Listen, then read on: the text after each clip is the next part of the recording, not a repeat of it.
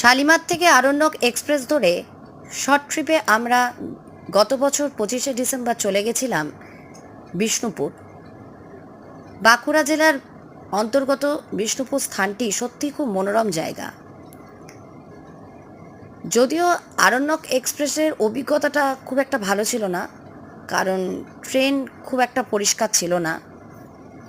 যাই হোক, অগত্যা কোনো ট্রেনে টিকিট না পেয়ে এই ট্রেনে টিকিট পেয়েছিলাম বলে এই ট্রেনেই গেছিলাম। তো আমরা স্টেশনের সামনেই সাগর লজ বলে একটি লজে ছিলাম।